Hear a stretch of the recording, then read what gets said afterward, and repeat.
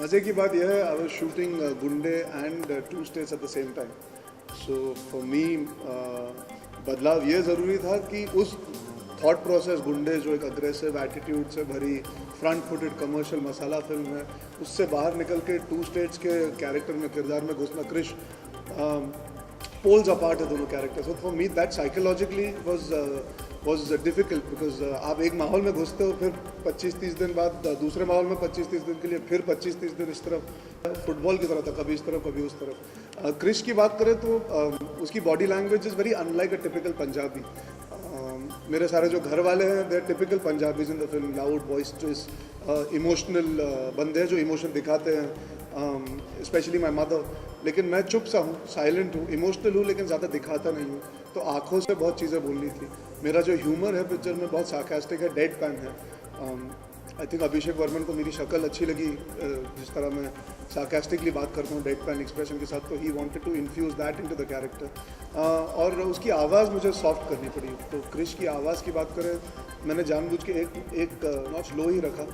जो सबसे ज़रूरी चीज़ मैंने शुरू की क्रिश के कैरेक्टर को प्ले करने के लिए वो ये था कि मैं जानबूझ के डायलॉग्स याद करके नहीं आता था, because I wanted it to feel like वो सोचते सोचते बात कर रहा है.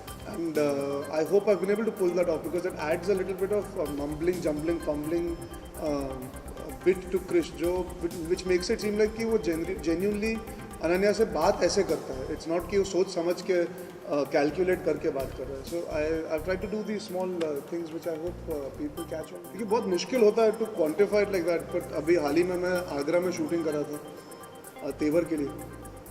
तो वहाँ पे लोग मुझे अर्जुन नहीं बाला बुला रहे थे. तो जिस रीज़न से हमने गुंडे बनाई थी to reach genuinely heartland India in terms of the kind of film it was. बड़े बड़े सितारों को समय लगता है छोटे शहरों में ठीक से पहुँच पाना, मथुरा आगरा जैसी जगह पर. तो अच्छा लगा कहीं ना कहीं. That means we connected with everybody in India at a grass root level. तो वो बहुत अच्छा लगा. अभी हाल ही में लंदन गया था प्रमोशन के लिए टू स्टेज की आलिया के साथ.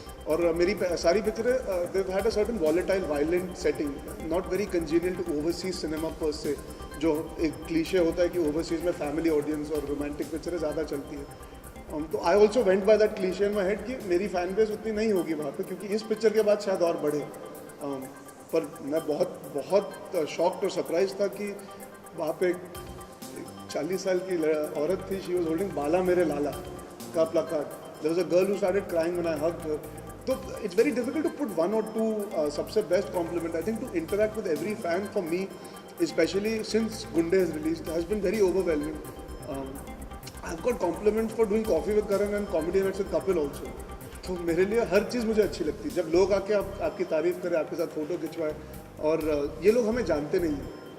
For them to take out time from their life to stop for a moment to praise us and to give us blessings, I really like that. Non-existent. मैं college 7 दिन के लिए गया था, फिर मैंने डिसीजन लिया कि मैं असिस्टेंट डायरेक्टर बनूँगा.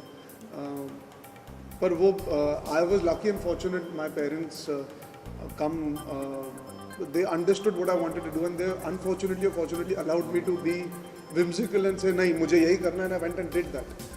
तो मेरी कॉलेज लाइफ ज़्यादा खास नहीं थी, कुछ वो डिस्कस करने लायक नहीं थी. मैं वैसे ही बड़ा शाय सा बंदा था, तो कुछ कॉलेज भी जाता तो भी इतनी मस्ती तो नहीं करती. I was talking more in context of, मैं परमा तो बिल्कुल नहीं हूँ. मैं लड़कियों से काफ़ी इज्जत से बात करता हूँ.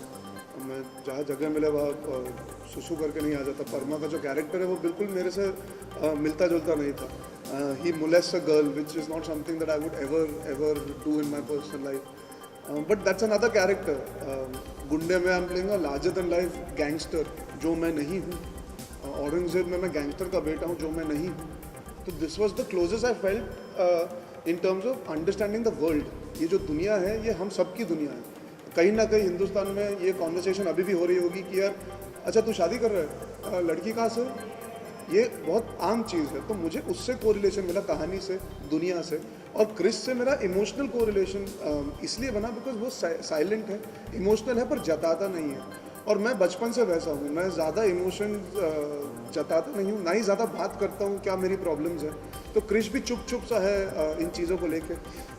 और उसका सेंस ऑफ ह्यूमर जो है, जिस तरह वो बात करता है, जिस तरह वो अपनी फैमिली की कदर करता है, अपनी माँ की कदर करता है, रीति रिवाजों की कदर करता है, इसीलिए शादी के लिए they don't decide to run away, they decide to convince the parents. So the philosophy of the film, the world और जिस तरह का किरदार था, I related at a one on one more than Ishaqzaade, Aurangzeb and Gunday. देखिए जब मैंने इशकजादे की थी तब it was much easier for me to blend with the crowd. तब जब घूम फिर सकता था, तो जो मेरे ड्राइवर थे पिक्चर में, जो मुझे घुमा रहे थे, वो 90 दिन जब लखनऊ में था, मैंने उनके साथ तभी बहुत समय बिताया था. तो actually I copied his body language completely. मतलब फैल के जो बैठता हूँ और जो बात करता हूँ, कुछ नहीं होता, देख लेंगे हो जाएगा, तो वो मैं उससे सीखा था.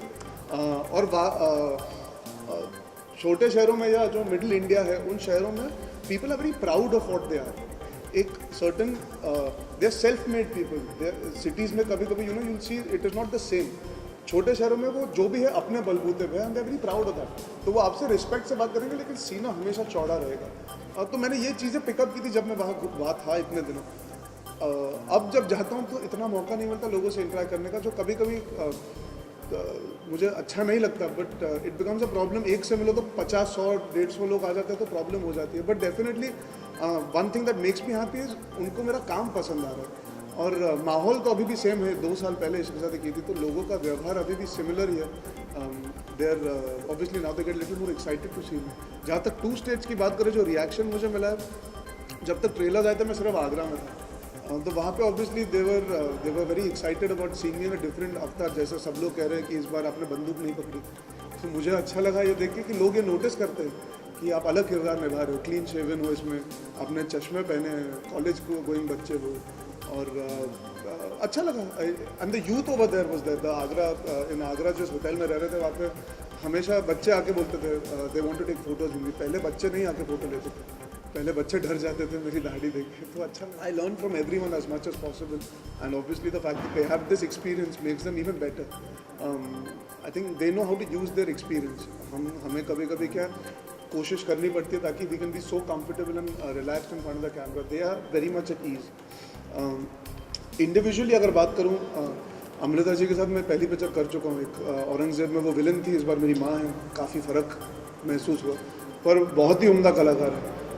वो खुद नहीं जानती वो कितनी अच्छी है. मज़ेदार चीज़ वो है, अभी भी she is like a child. यार कैसे होगा, कैसे करूँगी, अभिषेक मुझे बता दे कैसे करना है, अच्छा ऐसे करूँ, ओहो चलो चलो कोशिश करते हैं. And then suddenly the camera used to switch on and she used to just nail it in 1 take, 2 takes, खत्म. लंबे सीन. And her comedy timing is fantastic, and she's got this energy, and she's got this spunk, and her face emotes so well. So I used to just watch her being spontaneous. वो बहुत, for an actor you either have that or you don't have it. That is not something you can learn, and it's just beautiful to watch her at work. I think people like her, Kajol, they're spontaneous actors. They can switch on and switch off very quickly. Revati ma'am just had this calmness. chaos चल रहा हो पूरी दुनिया में, पर आप Revati ma'am के साथ 5 मिनट बैठ जाओ तो ऐसा लगेगा कि दुनिया में सब कुछ ठीक है. Earthquake के थ्रू भी I think she will be a very calm, composed person. One thing I appreciate about her, वो खुद एक डायरेक्टर है, उसके बावजूद she never interfered in Abhishek process. और अभिषेक पहले 1-2 बार मुझे कह रहा था, रेवती को लिया है, वो डायरेक्टर है, मैं पहली पिक्चर बना रहा हूँ, आई होप तालमेल जमे. लेकिन कभी उन्होंने चू तक नहीं किया. जो अभिषेक ने कहा उन्होंने एग्जैक्टली वही किया. तो that's a very big learning for me, because you have to give that respect to your director. He is the captain of the ship, and you have agreed to work with him, and his vision we are fulfilling at the end of the day. Ronit sir, I think his life has made him a superb actor because his face has so much of depth and emotion now. उनकी जो journey रही है, I think that's what has made him into an even better actor. And he is a very nice person. I really liked working with him. A very positive attitude. He doesn't take himself very seriously, and he doesn't take this newfound stardom seriously. Because he's been through the worst lows possible, so this high for him, he doesn't let it get to him, and I really appreciate that quality. Film बनाते हुए ये pressure feel नहीं होता, because हम तो we go to do that scene that day, उस दिन को ठीक से करने के लिए. Pressure मुझे feel तब हुआ जब the trailer got 6 million hits. तब realize हुआ ये बड़ी पिक्चरों के साथ नहीं हुआ. That means कि worldwide Chetan's work has been appreciated for years. He's got a cult fan following of his readers. But now the work is done. So pressure means now तो अब जो है वो सबने देख लिया है, एक झलक मिल गई है कि इस दुनिया की पिक्चर है. और रिस्पॉन्स पॉजिटिव की तरफ ही आ रहा है. मतलब हमको वैसे ही कोई आके बोले, यही नहीं बोलेगा कि आपकी पिक्चर बहुत ख़राब लग रही है, हम नहीं देखने वाले. बट एक माहौल जो बना है, ऐसा लग रहा है कि लोग आएंगे देखने पिक्चर. तो I hope the ones who read it enjoy what we have done to it. And काफ़ी सारे लोग हैं जिन्होंने नहीं पढ़ी होगी, तो हम दुआ वो भी करें कि उनको भी उतनी पसंद आए जितनी रीडर्स को पसंद आए। I don't think he seen the entire film, so it would be unfair on his part two comment now. परसों के दिन जब हमने बुक लॉन्च की तो ही रिक्वेस्ट मी आप तो पढ़ ले किताब। नहीं, मैंने अभी तक नहीं पढ़ी। But I have not played Chetan in the film, I am playing Krish Malhotra. So there is an amalgamation of his writing, Abhishek's direction and my interpretation of Krish. तो obviously घुल मिला के कुछ अच्छा बने, ये दुआ ऑडियंस देखे और पसंद करे वो कर सकते हैं। Chetan, I think, is like the world, which was important. It's a very difficult thing to answer. I mean, what might seem challenging to you might seem simpler to me. What it helps in definitely is you grow up in this profession, so you have an understanding how it is to be on a film set. एक film के set पे होना is a very ओवरऑइंग experience. वो आसान नहीं होता। बहुत सारे लोग एक्टिंग करना चाहते हैं लेकिन सेट पे पहुंच के कभी कभी वो उस तरह डिलीवर नहीं कर पाते। So definitely for me growing up help me understand the workings of a film set. 300 लोग उस केओस में, लाइट जा रही है, एक टेक मिलेगा, आपको शॉट देना है, गाना करना है, बारिश हो रही है, ये हो रहा है, उसमें you have to have concentration and focus. वो मेरे लिए मैं मानता हूँ I was very fortunate I got to grow up here and work as an assistant. उससे ज़्यादा इवेंचुअली तो आपके टैलेंट पे ही आपको माना जाएगा या जाना जाएगा। इंडस्ट्री के बाहर से बहुत सारे लोग आते हैं जो अपने टैलेंट और हुनर के और काबिलियत की वजह से सक्सेसफुल होते हैं। बहुत सारे इंडस्ट्री के अंदर से आते हैं जो नहीं बन पाते। So beyond the point it will not help, it is also what you take from it. I mean it's to each person it's his own taking. We have every right to complain and demand a better future, but not by sitting at home. Get out there, that's our right as citizens. We have to be a part of the change, वरना आपको हक नहीं बनता कि आप जब मिलेंगे तो ज़रूर पूछिए उनसे, बिकॉज मैं मिल नहीं पाया हूँ अनफॉर्चुनेटली। नहीं, because we been promoting, he was shooting Bombay velvet for a few days and we been all over. मतलब हम लंदन से, नागपुर से, बैंगलोर, कैलकाटा और अब कल भी निकल जाएंगे, इंदौर जा रहे हैं। तो मौका नहीं मिला है बात करने का और मैं उनसे एक्चुअली पूछने से थोड़ा डरता भी हूँ।